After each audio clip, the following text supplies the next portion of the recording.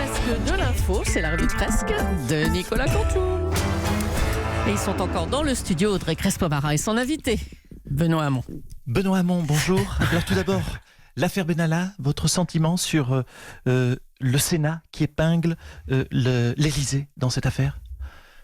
Tout d'abord, bonjour Mme Crespo-Mara. Tout d'abord, je tiens à féliciter le Sénat qui a bien joué son rôle de contre-pouvoir. Donc je dis bravo au Sénat.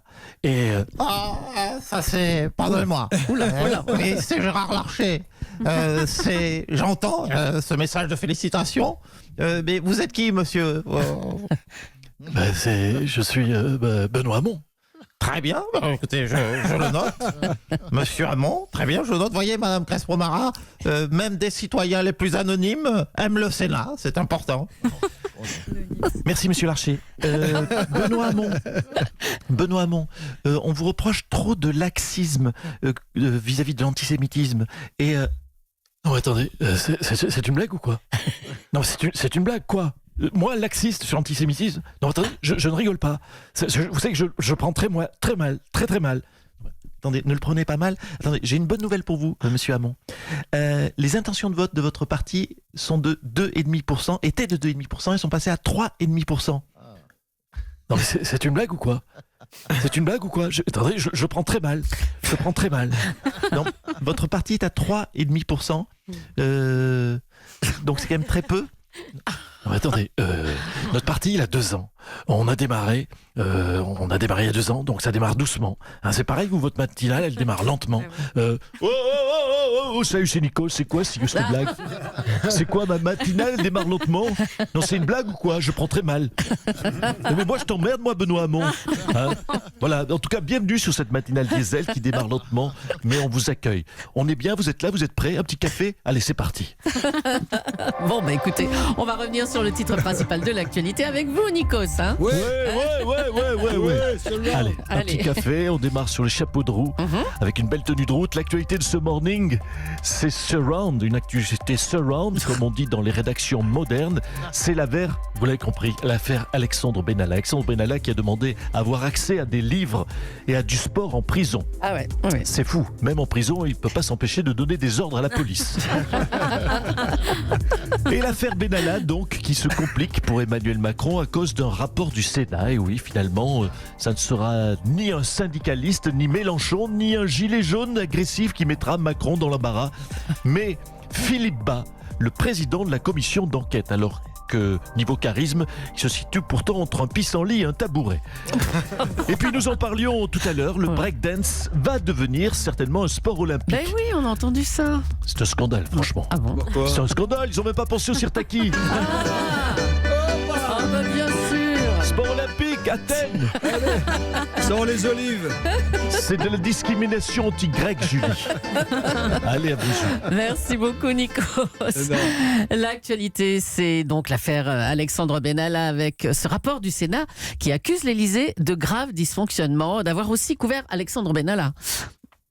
Ah oui. Bonjour Gérard Larcher. Oui, bonjour vous êtes madame. président du Sénat. Oui. Alors les baltringues de l'Élysée, ça y est, on fait moins les malins. Hein, Bah, vous avez l'air de bonne humeur ce matin. bah, écoutez, je pète le feu. Quand je pense que ça fait des années que l'on dit oui, le Sénat, c'est des vieux qui ne foutent rien, à part se biodégrader dans un fauteuil. Hein. Le Sénat, c'est ça, c'est des gros qui bouffent tout le temps.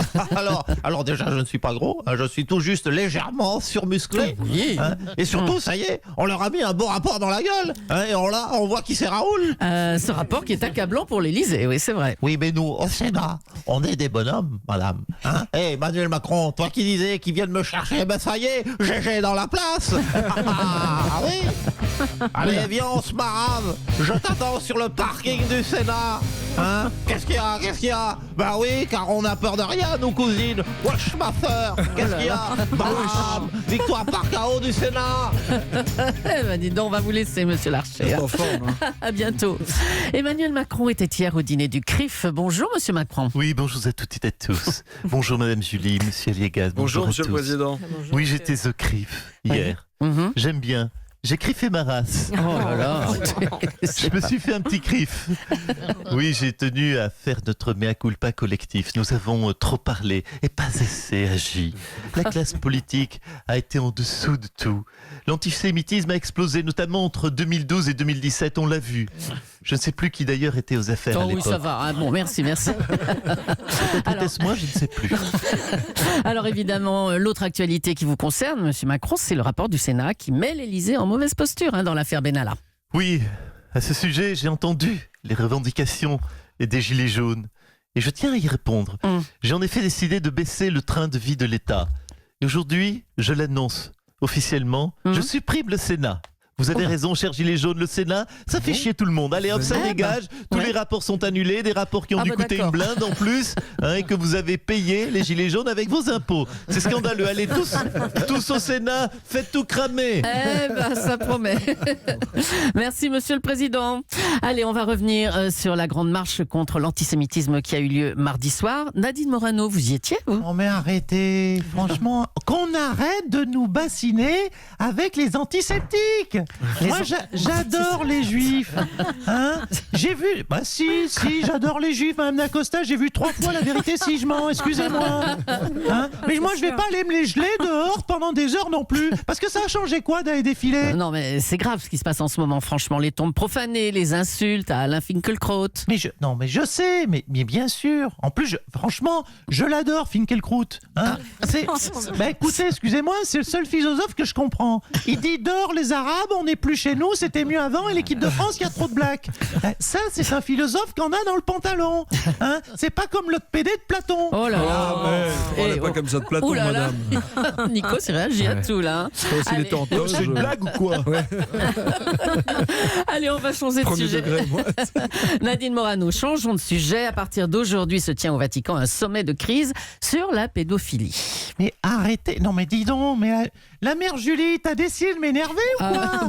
Mais qu'on laisse l'église tranquille. Il faut positiver et se dire que dans certaines églises, il y avait gratos des cours de catéchisme et d'éducation sexuelle. Voilà, c'est dingue, vous voyez toujours le verre à moitié vide, vous les journaleux. Allez, ça va. Bon, je crois Mais qu'on va oui, vous laisser. mais c'est pas vrai.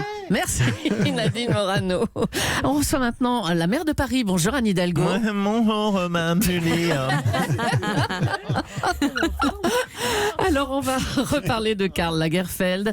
Une de ses dernières apparitions publiques, c'était à vos côtés, c'était à Noël pour allumer les Champs-Élysées. Oui, que d'émotions.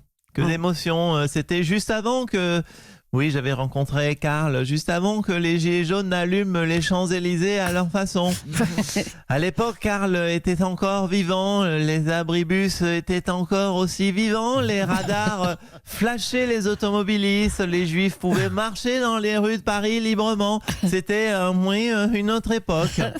Oui, et puis Karl Lagerfeld, je voudrais quand même le rappeler, c'était avant tout une grande tenue de route.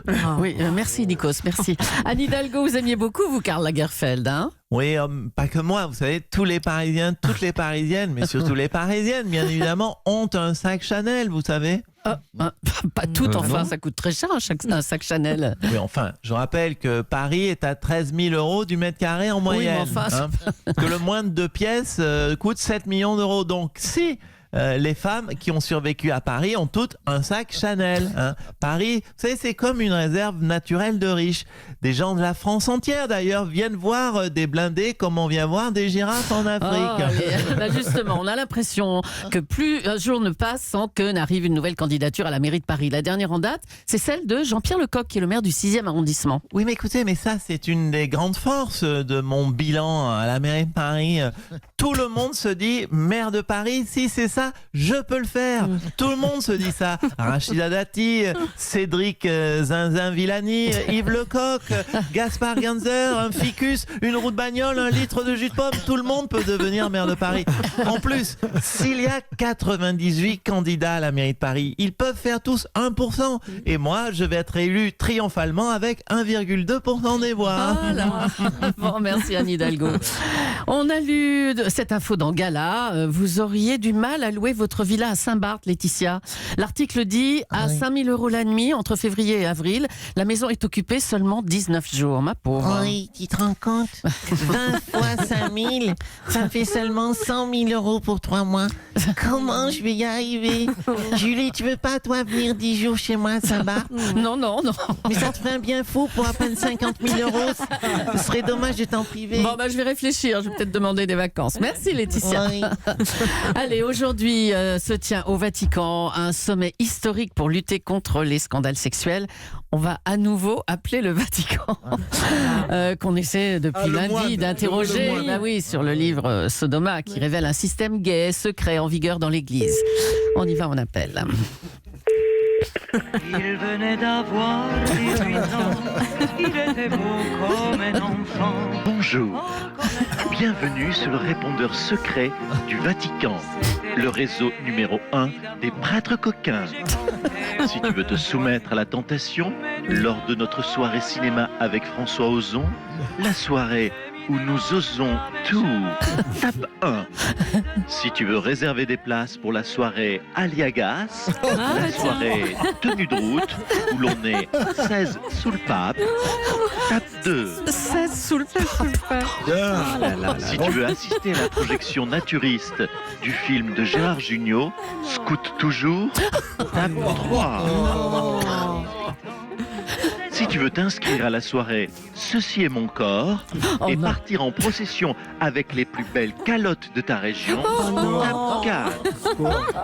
Si tu veux parler à un de nos moines téléopérateurs, dis « Je veux parler à un moine ». Je veux parler à un moine. Il venait d'avoir 18 ans. Tous nos moines sont actuellement à l'atelier de lutte gréco-romaine afin d'apprendre à combattre les vilains tentateurs. Tu peux rappeler ultérieurement. D'accord. Alors, à bientôt À demain. sur le répondeur secret du Vatican.